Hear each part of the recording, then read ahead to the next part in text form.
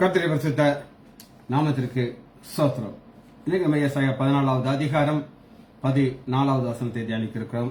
ஏசாயா 14 ஜெபத்தோடு இந்த செய்திக்குள்ளே கடந்து செல்வோம். தானே நன்மைகள் எனக்கு செய்தீர், பாடி நன்றி சொல்வேன், நான் பாடி நன்றி சொல்வேன். நன்றி ராஜா, நன்றி ராஜா, நன்றி ராஜா, இயேசு ராஜா, நன்றி ராஜா, நன்றி ராஜா, நன்றி ராஜா, இயேசு ராஜா. தாழ்மையில் இருந்தேன், தயவாய் நினைத்தீர், தேவனே உம்மை துதிப்பேன். தாழ்மையில் இருந்தேன், தயவாய் நினைத்தீர், தேவனே உம்மை துதிப்பேன். ஐயா, தேவனே உம்மை துதிப்பேன். உபரபா உபரபா உபரபரா உபரபா உபரபரா உபஷபரபா ஷபரபரா. பலவீனன் என்று தள்ளி விடாமல் பலத்தால் இடை கட்டினீர். பலவீனன் என்று தள்ளி விடாமல் பலத்தால் இடை கட்டினீர். ஐயா, பலத்தால் இடை கட்டினீர். உமீராவா உமீராவா உமீராபரா உபரபா உபரபரா உபஷபரபா ஷபரபரா. பாவத்தினாலே மரித்து போயிருந்தேன், கிருபையால் ரட்சித்தீரே. பாவத்தினாலே மரித்து போயிருந்தேன், கிருபையால் ரட்சித்தீரே. ஐயா, கிருபையால் ரட்சித்தீரே.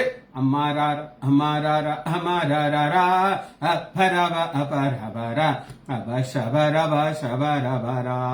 பாவங்கள் போக்கி சாபங்கள் நீக்கி பூரண சுகமாக்கினீர். பாவங்கள் போக்கி சாபங்கள் நீக்கி பூரண சுகமாக்கினீர். ஐயா, பூரண சுகமாக்கினீர். பனராரா பனராரா பனராரா பகரர பகரகரா பகனகரகரகரகரா. முள்முடி தாங்கி திரு ரத்தம் சிந்தி சாத்தானை ஜெயித்து விட்டீர். முள்முடி தாங்கி திரு ரத்தம் சிந்தி சாத்தானை ஜெயித்து விட்டீர். ஐயா, சாத்தானை ஜெயித்து விட்டீர். பகனர பகனர பகனரா பகனர பகனரா பகசகரரகரரா. நீர் செய்த அதிசயம் 1000 உண்டு, விவரிக்க முடியாதையா. நீர் செய்த அதிசயம் 1000 உண்டு, விவரிக்க முடியாதையா. ஐயா, விவரிக்க முடியாதையா. லகுனார லகுனார லகுனாரா லக்கனர லகனரா லகசகனர சகனரா. எனக்காக மரித்தீர், எனக்காக உயிர்த்தீர், எனக்காய் மீண்டும் வருவீர். எனக்காக மரித்தீர், எனக்காக உயிர்த்தீர், எனக்காய் மீண்டும் வருவீர். ஐயா, எனக்காய் மீண்டும் வருவீர். இயேசுவின் நாமத்தினாலே ஜெபங்கள் பிதாவே, ஆமென். கர்த்தருடைய பரிசுத்த நாமத்திற்கு ஸ்தோத்திரம். Kavitha sister praise Lord, Balasundari praise Lord, Leela Ammal praise Lord, Mariyal sister praise Lord, John Jabaraj brother praise Lord, Daniel Rajesh praise Lord, Nagarathnam Ammal praise Lord. கர்த்தர் நல்லவர். நம்ம வார்த்தைக்குள்ள வருகிறோம். வாசிப்போம். ஏசாயா 14வது அதிகாரம் 14வது வசனம். நான் மேகத்திற்கு மேலாக உன்னதத்திற்கு உன்னதத்திலே ஏறுவேன், உன்னதமான ஒப்பாவேன் என்று நீ உன் இருதயத்திலே சொன்னாயே. ரைட். இன்னைக்கு நான்ங்கிறதுல ஆரம்பிக்குது. நான்கிறதுக்கு கிரேக்க வார்த்தை ஈகோ. ஈகோ ஈஜிஓ ஈகோ ஈஜிஓ ஓ மேல போடுறீங்க. ஈகோ ஈகோன்னா உங்களுக்கு தெரியும், பெருமை. இது ஈகோ படிச்சவன் ஐயா, பெருமை படிச்சவன். எல்லாத்துக்கும் நான் நான் நான் சொல்லுவேன், நான் இப்படி செய்கிறேன், நான் ஈகோ. இது ஒரு கிரேக்க வார்த்தை.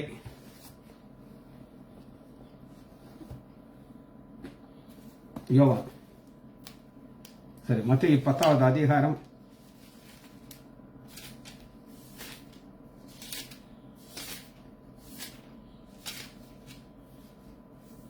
10:16 நம் ஆண்டவராகிய இயேசு கிறிஸ்து சீஷரிடத்தில் என்ன சொல்கிறார் அப்படின்னு கேட்டீங்கன்னா, ஆடுகளை ஓநாய்களுக்குள்ளே அனுப்புவது போல இதோ நான் உங்களை அனுப்புகிறேன். நான் ஈகோ உங்களை அனுப்புகிறேன். இதுக்கு நான்ங்கிறது இன்னொரு வகையத்தையும் நான் சொல்லலாம். அதை புரிந்து கொள்வது யோவான் 4வது அதிகாரம் 14வது வசனத்துல 4:14 யோவான்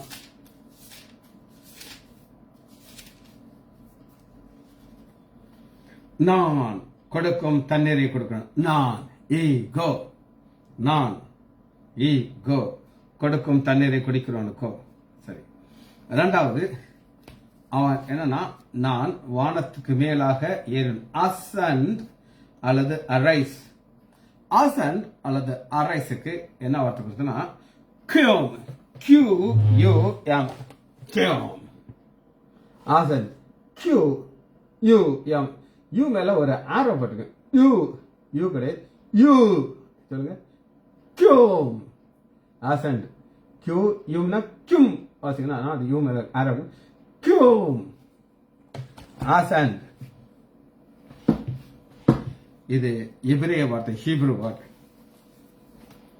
ஆதியாகமம் 23வது அதிகாரம். ஆதியாகமம் 23வது அதிகாரம்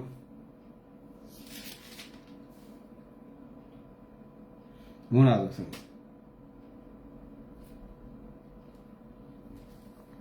பின்பு ஆபிரகாம் பிரேதம் இருந்த இடத்திலிருந்து எழுந்து இவர் உட்கார்ந்துருக்காரு. இப்ப எந்திரிக்கிறார். அசண்ட் எந்திரிக்கிறது. கியோம்.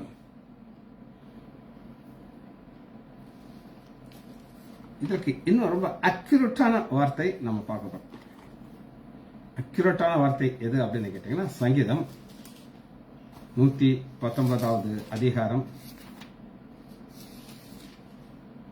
28வது வசனம். 28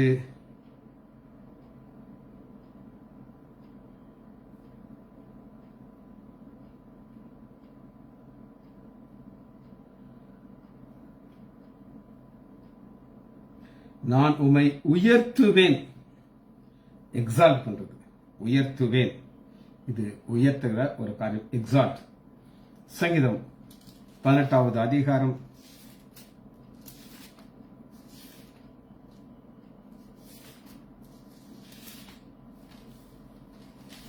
'எக்ஸால்ட்' உயர்த்துகிறது. 18:38 அவர்கள் எழுந்திருக்க மாட்டாதபடினா அது ஒரு எதிர்மறையாக நம்ம பார்க்கிறோம். கியூனோ எதிர்மறை. சரி, 3வது மேகங்களுக்கு மேலாக கிளவுட். கிளவுடுங்கிறதுக்கு எபிரேய வார்த்தை நான்.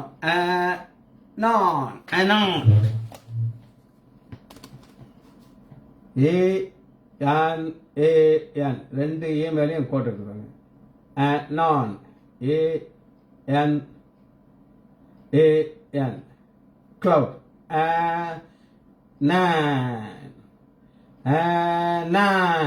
கிளவுட்.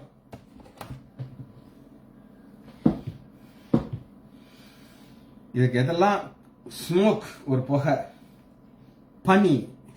நீங்க கொடைக்கானல், ஊட்டி இந்த ஹில்ஸ் எல்லாம் போனீங்கன்னா பனி அப்படியே ஃபுல்லா இருக்கும். ஃபாக் லைட் அப்படின்னு ஒரு லைட் போட்டு தான், மஞ்சள் கலர் லைட் போட்டு தான் போவாங்க. இந்த பனி கிளவுட யாத்ராகமம் 34வது அதிகாரம் 5வது வசனம். கர்த்தர் ஒரு இறங்கி, கர்த்தர் ஒரு மேகத்தில் இறங்கி அங்கே அவன் அருகே நின்று கர்த்தருடைய நாமத்தை கூறினார். ஒரு மேகத்தில் இறங்கி, அதனுடைய வெஹிக்கிள்னு சொல்லி நம்ம தியானிச்சிருக்கிறோம். இந்த பரிசுத்த ஸ்தலத்துல தேவனுடைய பிரசன்னம் இறங்குற இடத்துல இந்த நான் மேகத்தை நீங்க பார்க்கலாம். நான் அல்லது மேகம் எடுத்துக்கொள்ளாமா. 1 ராஜாக்கள் 8வது அதிகாரம் 10வது வசனம்.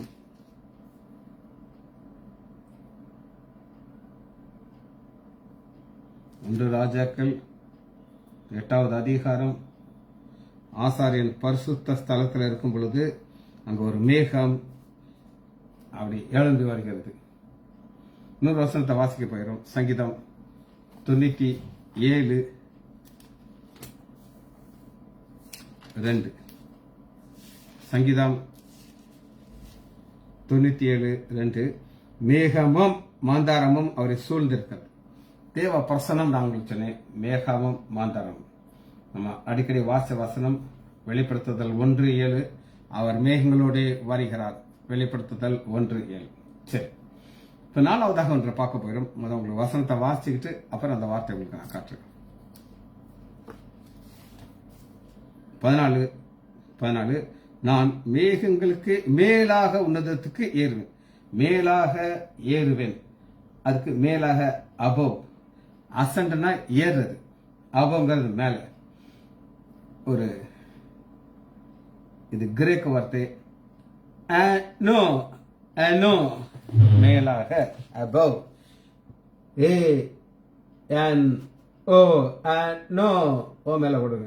நீட்டு no, above, no, above.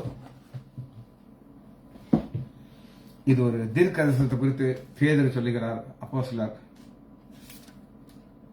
2வது அதிகாரத்தில் யோவேல் தீர்க்கதரிசனுடைய வார்த்தையை பேதுரு எப்படி சொல்லுகிறார் அப்படின்னு கேட்டீங்கன்னா 2:19. அப்போஸ்தலர் அல்லாமலும் உயரே வானத்திலிருந்து அற்புதங்களையும் தாள பூமியிலிருந்து ரத்தத்தையும் அக்னியும் உயர வானத்திலே நோ.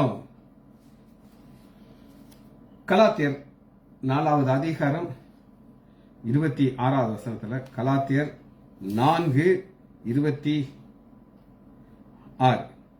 மேலான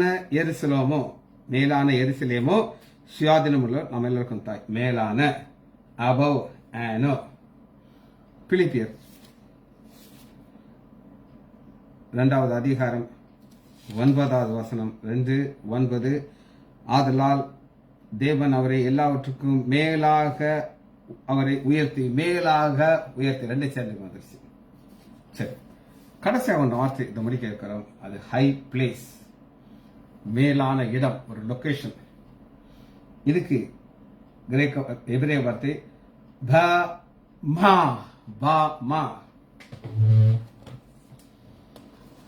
ஹை பிளேஸ், BAMAH, பா.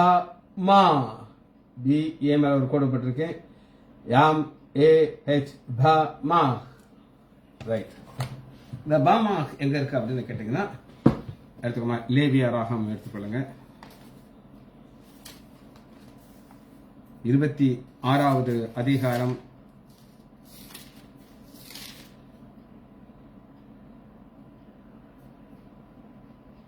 30வது. நான் உங்கள் மேடைகளை அழித்து, மேடை மேலான அழித்து, ஹை பிளேஸ். இதெல்லாம் கல்டிக் ஹை பிளேஸ். கல்டிக்னா பிசாசு வாழ்கிற ஒரு இடம். கடைசி ஒரு வசனத்தை வாசி நம்ம அதை ஒடிக்கிறோம். உபாகம் எடுத்துக்கொள்ளுங்க. 33வது அதிகாரம்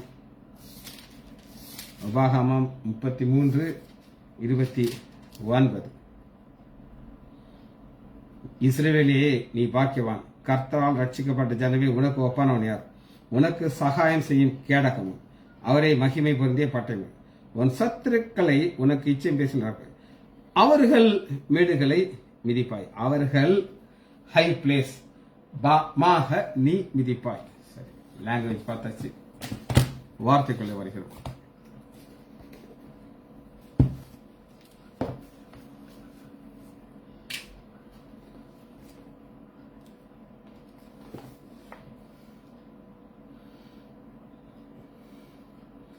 நான் மேகங்களுக்கு மேலாக, மேகம் தான் இதனுடைய ஒரு கீ வார்த்தை.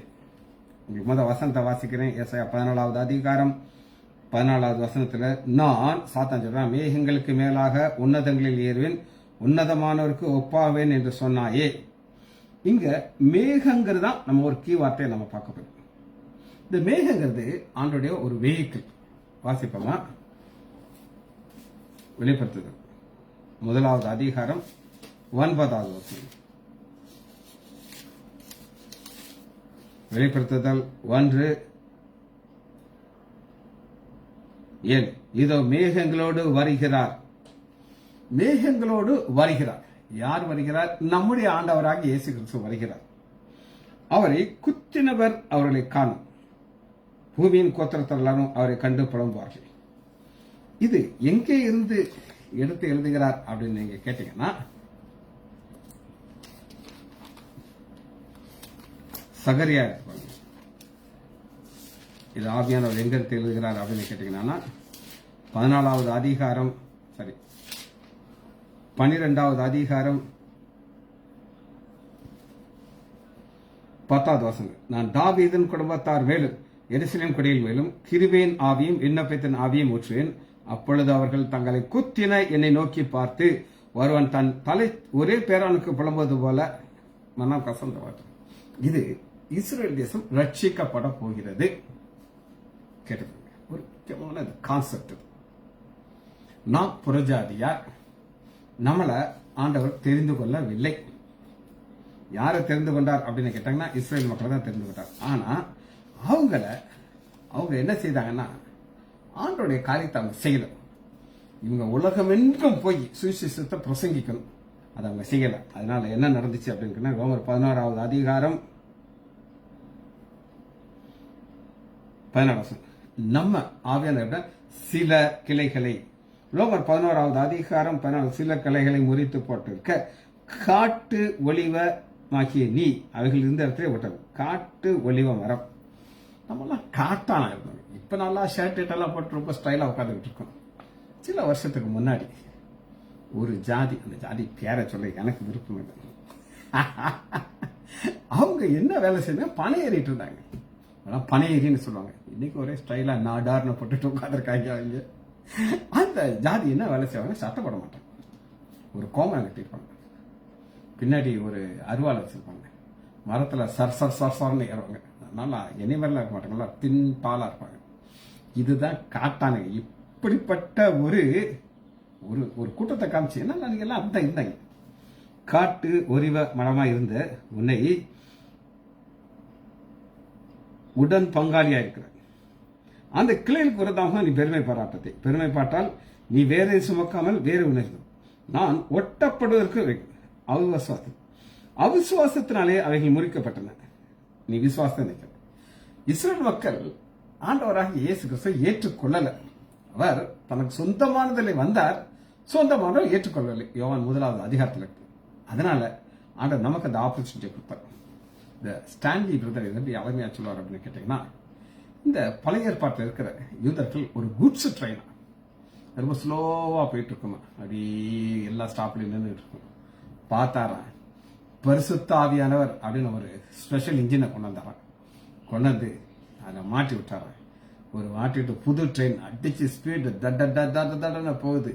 அதுல முதல்ல ஏறி உட்கார்ந்து ஓட்ட ஆரம்பிச்சது சவுல். பவுலா மாத்தி ஃபுல் ஸ்பீட்ல கொண்டு வந்தாரு. இது ரொம்ப ஸ்லோவா போயிட்டு இருக்குது.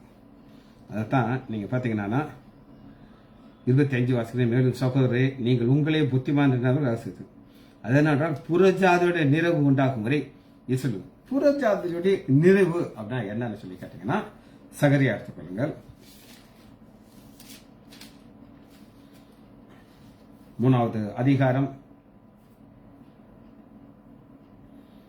8வது. இப்பொழுது பிரதான ஆசாரியனா யோசுவா கேள், உனக்கு முன்பாக உட்கார்ந்து இவர் அடையாளமா இருக்கிற புருஷார். இது நம்முடைய ஆண்டவராகிய இயேசு கிறிஸ்து.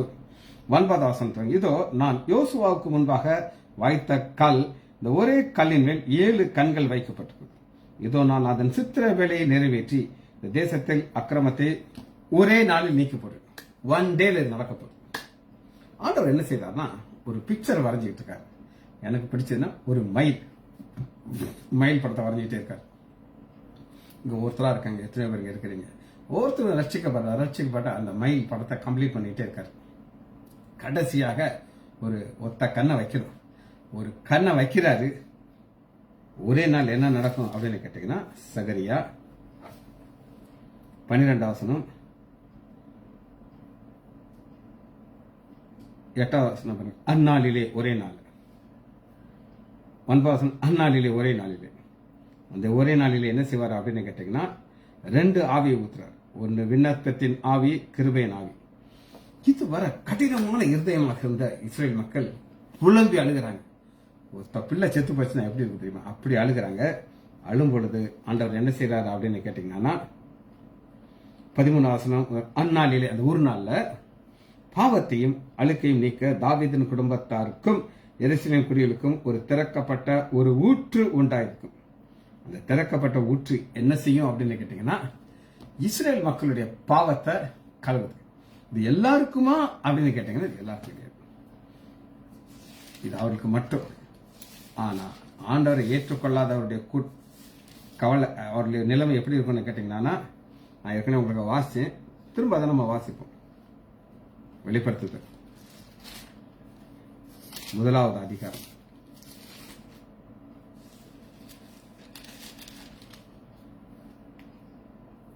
7வது. பூமியின் கோத்திரத்தார் எல்லோரும் அவரை பார்த்து புலம்புவார்கள்.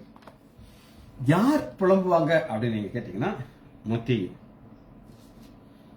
24வது அதிகாரம் 30வது வசனத்தில் மறுபடியும் மேகத்தை நம்ம பார்க்கிறோம். அப்பொழுது மனுஷகுமாரனுடைய அடையாளம் வானத்திலே காணப்படும். அப்பொழுது மனுஷகுமாரன் வல்லமையோடும் மிகுந்த மகிமையோடும் வானத்தின் மேக மேல் வருவதை பூமியில் சகல கோத்திரத்தாரும் கண்டு புலம்புவார்கள். 2 வித்தியாசம் திரும்ப புரிஞ்சுக்கணும். இஸ்ரேல் மக்களுக்கு மாத்திரம் கிருபையினாவி விண்ணப்பத்தனாய் ஊற்றுறாங்க. அவங்க மன திரும்புறாங்க. இம்மானுடைய ஊற்றுல கழுவப்பட்டு பரவத்துக்கு வந்துறாங்க. ஆனா உலகத்தில் ரட்சிக்கப்படாதவருடைய கூட்டம் புலம்பி அழுது கொண்டே இருக்கும். இந்த மேலே ஏறுவாங்கிறதுக்கு அடுத்த ஒரு வசனத்தை அவங்களுக்கு காட்ட போகிறேன். ஏசாயா 37வது அதிகாரம்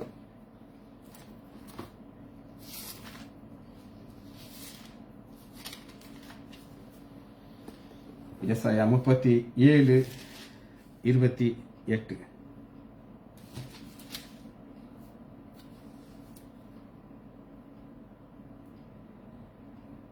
உன் இருப்பையும் உன் போக்கையும் உன் வரவையும் எனக்கு விரோதமாக கொந்தளிக்க அறிவேன்.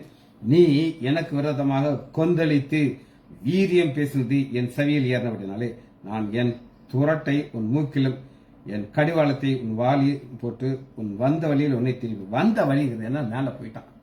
அவன் திரும்ப பெருமையோடு பேசினால அங்கிருந்து என்ன செய்தார்? ஆண்டவர் பிடிச்சு கீழே தூக்கி போட்டார். எதற்காக ஒப்பாக்குவர் என்று கேட்டீங்கன்னா, சாத்தானுக்கு ஏமாத்துறது ரொம்ப பிடிக்கும். சில வருஷத்துக்கு முன்னாடி ஒரு குட்டி வயசு குட்டி பையனை வச்சுக்கிட்டு அவனை கடவுள்ல சொல்லிட்டு அவன் காலெல்லாம் கழுவி அந்த தண்ணியில குடிச்சுக்கிறவன். காரணம் அவர் ஒரு கடவுள் குட்டி சாமி அப்படின்னு சொல்லி. அவன் என்ன செஞ்சாலும் எனக்கு தெரியாது. அவன் எப்படி ஏமாத்துவான் அப்படின்னா, ஆதியாகமம் 3வது அதிகாரம் 5வது வசனம், நீங்கள் இது புசிக்கும் நாளிலே உங்கள் கண்கள் திறக்கப்படும் என்றும் நீங்கள் நன்மை தீமை அறிந்து தேவர்களை போல் இருப்பீர்கள் தேவன் அறிவார். அப்ப நீ கடவுளாக வேண்டியதையா? ஆனா நீ பாட்டுக்கு வேலை பார்த்துட்டு இருக்க. நீ வேலை பார்க்க கஷ்டம். இந்த பழத்தை மட்டும் நீ சாப்பிடு, நீ கடவுளை போல ஆயிடுற. இவன் அங்க இருந்து கீழே விழுந்தா தான் கிழந்தது மட்டும் இல்லாம எல்லாரும் ஏமாத்துறாங்க. சரி, ஒரு வசனத்தை வாசி நம்ம அந்த செய்தியை முடிக்க போகிறோம். அது சாத்தானுடைய கடைசியுடைய சூழ்ச்சி எப்படி இருக்கும் அப்படின்னு கேட்டீங்கன்னா, 2 தெசலோனிக்கேயர் 2வது அதிகாரம் 4வது வசனம். அவன் எதிர்த்து நிற்கிறானாகவும் தேவன் என்னப்படுவதோ ஆராதிக்கப்படுகிறதோ அவன் எல்லாருக்கும் மேலாக தன்னை உயர்த்துகிறான். இவன் சேட்டை பண்றவன் ஒதுக்கவே மாட்டான். அங்கிருந்து அரிசி கீழே இறக்கி விட்டா பாத்தீங்களா, உபத்திரவ காலம் முடியுதுங்க. மகா உபத்திரவ காலம் ஆரம்பிக்குது. இவன் தேவாலயத்தில் போய் உட்கார்ந்துக்கிட்டு நான் தான் கடவுள், நான் தான் சர்வ வல்லவர், நீங்க என்னை பணிந்து கொள்ள வேண்டும் சொல்லி தன்னை உயர்த்துகிறான். அன்னைக்கு உயர்த்தினா திரும்ப அப்படிதான் உயர்த்த போறான். ஆராதிக்கப்படுகிறது எதுவோ தன்னை உயர்த்துகிறான். தேவனுடைய ஆலயத்திலே தேவன் போல உட்கார்ந்து தன்னை தேவன் என்று காண்பிக்கிறான்னு இருப்பான். நம்மளுடைய வாழ்க்கையில ஆராதனை ஆண்டவருக்கு மாத்திரம் செலுத்தணும். ஜெபிச்சு படிப்போமா? மகா இரக்கமும் கிருபையுமுள்ள பிதாவே, உம்மை துதிக்கிறேன் ஐயா. நன்றி நன்றி நன்றி. நம்முடைய கிருபைகள் பெருது, நன்மைகள் பெருது, ஆசீர்வாதங்கள் பெருது. பிள்ளைகள் ஒவ்வொருவரையும் யான் ஆண்டவராகிய இயேசு கிறிஸ்துவின் நாமத்தினாலே ஆசீர்வதிக்கிறோம். சாத்தானுடைய தந்திரத்தை நாங்கள் தியானித்தோம் ஐயா. எங்கள் தேவாதி தேவன் எங்களை இம்மட்டும் வழி நடத்தினார் ஐயா. இன்னும் காத்துக்கொள்ளுங்கப்பா. இயேசுவின் நாமத்தினாலே ஜெபங்கள் பிதாவே. ஆமேன் ஆமேன் ஆம்.